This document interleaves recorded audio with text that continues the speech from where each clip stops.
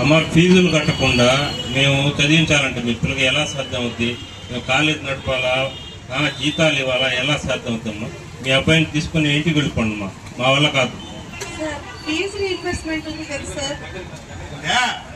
Fee reimbursement ఏమన్నా రాజశేఖర రెడ్డి గారు government అప్పుడు ఆయన ఫీజు రీఇంబర్స్మెంట్ లక్షలాది మంది ఇంజనీర్లు అయ్యారు. అలా జగన్మోహన్ రెడ్డి గారు వచ్చిన తర్వాత దాన్ని కంటిన్యూ చేసి అందరు ఇంజనీర్లు కాలేజీలకు ఫీజు రీఇంబర్స్మెంట్ వేస్తుంటే చదువుకుంటున్నారు. ఇప్పుడు మాకే జీతాలు లేక మేము పట్టంటే ఎంతమంది అవసరమా కదమ్మా? జీతాలు మేమే జీతాలు ఇవ్వలేకపోతున్నాం. ఫీజులు చెల్లిస్తే మేము పిల్లకాయలు చదివిస్తాం, ఫీజులు కూడా కట్టించి మన ఉద్యోగస్తులు వాళ్ళు కూడా జీతాలు ఇవ్వగలం. నిరుద్యోగ వృత్తి అయినా వస్తుంది సార్, దాంతోనే చదివించుకుంటాం సార్ మేము. నిరుద్యోగ వృత్తి 2014-19 మధ్యలో చంద్రబాబు నాయుడు గారు నిరుద్యోగ వృత్తి ఇచ్చిందా? ఇప్పుడు అంతే. మీరు ఈ నిరుద్యోగ వృత్తిలో ఎన్ని సార్ వసతి దీవెన ఉంది సార్, వసతి దీవెనైనా వస్తుంది సార్, ఆ డబ్బులతోనే చదివించుకుంటాం సార్. కొద్దిగా కనికరించండి సార్. అవన్నీ రావు బామ్మ, ఎందుకు మా సోది మాట్లాడతా?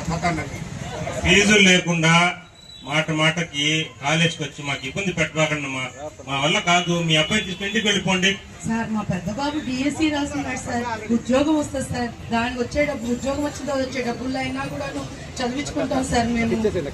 డిఎస్సి అమ్మాయి ఆడున్నావు నువ్వు?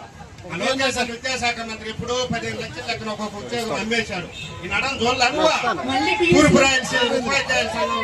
ఉపాధ్యాయ ఎమ్మెల్సీ గారు దాన్ని బయట పెట్టి రాష్ట్రమంతా నిరాహార దీక్షలు చేస్తాంట. ఆడనవమ్మ నువ్వు? మీరు ఫీజులు కట్టకుండా ప్రభుత్వం మా మీద ఒత్తిడి, కాలేజీల మీద మమ్మల్ని ఎంక్వైరీ అని చెప్పి అధికారులు పంపించి మా దగ్గర ఇంకా దండుతున్నారు. మీరు కట్టకపోతే వాళ్ళకి ఎలా ఇవ్వాలి? మేము జీతాలు ఎలా ఇవ్వాలమ్మా? మళ్ళీ డిఎస్సి పోలీసు ఉద్యోగాలు పడతాయి సార్, దానికన్నా అప్లై అది అవదమ్మా. ఆల్రెడీ పిల్లప్ అయిపోయాయి. మా పిల్లోడు కూడా ఒక బ్యాంక్ అంటే నేర్చుకోవాలి. 15 లక్షలు కాదు, ఒక 5 లక్షలు కూడా ఎక్కువ ఇస్తాను. నేను కూడా 10 లక్షలు అడ్వాన్స్ చెప్పినా మీకు రావమ్మా సార్. ఆడబిడ్డ నిధి నుంచి 3 ఏళ్లకి 54,000 వస్తాయి సార్. ఆ డబ్బులన్నీ ఇచ్చి చదివించుకుంటాం సార్ మేము. మాట ఇచ్చేసినానని చెప్పినాడు ఆ చంద్రన్న. ఇవ్వలేదు సార్, వస్తాయని చెప్పారు సార్. ఈకుంటే ఎట్ట నమ్ముతారమ్మా మీరు? పాలిచ్చే బరిని వదిలేసి కన్య దున్నపోతులు తెచ్చుకున్నారు.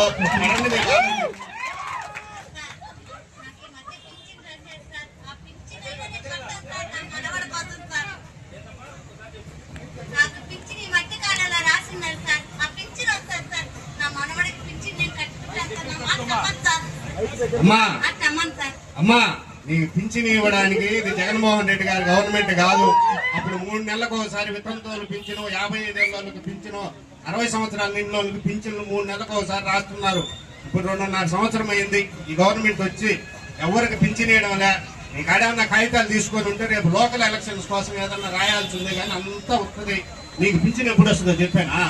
చచ్చిపోయినాక నీ పేరు రాసుకొని లాగా వాళ్ళు తింటారు ఆ పింఛను, అప్పుడు వరకు వస్తుంది. మీరు ఎందుకమ్మా మమ్మల్ని ఊరికి తలకాయ తింటారు? అమ్మా ఫీజులు చెల్లించకుండా మీరు మీ పిల్లకాయలు చదివించాలంటే మా వల్ల కాదు. దయచేసి మాట వచ్చి మా సదాయించబాకండి, వెళ్ళండి మీరు. మా కొడుకులు ఇద్దరే మా ఇంటికి ఆశాజ్యోతులు. వాళ్ళిద్దరిని కష్టపడి నిత్యం మేము కష్టం చేసుకుంటూ ఆ కూలీ డబ్బులతో ఇద్దరిని చదివించుకొని మా కుటుంబాన్ని పైకి తీసుకొస్తారని ఎంతో ఆశపడ్డారు. ఆ జగన్మోహన్ రెడ్డి గారి పుణ్యాన ఎంతో మంది చదువుకొని ఉద్యోగాలు తెచ్చుకున్నారు. మేము పొరపాటున ఈ ప్రభుత్వానికి ఓట్లు వేసుకొని ఈ రోజు మాకు ఏమీ రాకుండా, మీ బిడ్డలకి చదువుకి డబ్బులు రాకుండా, ఉద్యోగాలు లేకుండా ఎంతో ఇబ్బంది పడుతున్నాం. మేము చేసిన పొరపాటుకి మేము లెంపలేసుకుంటున్నాం, గుంజలు తీస్తున్నాం.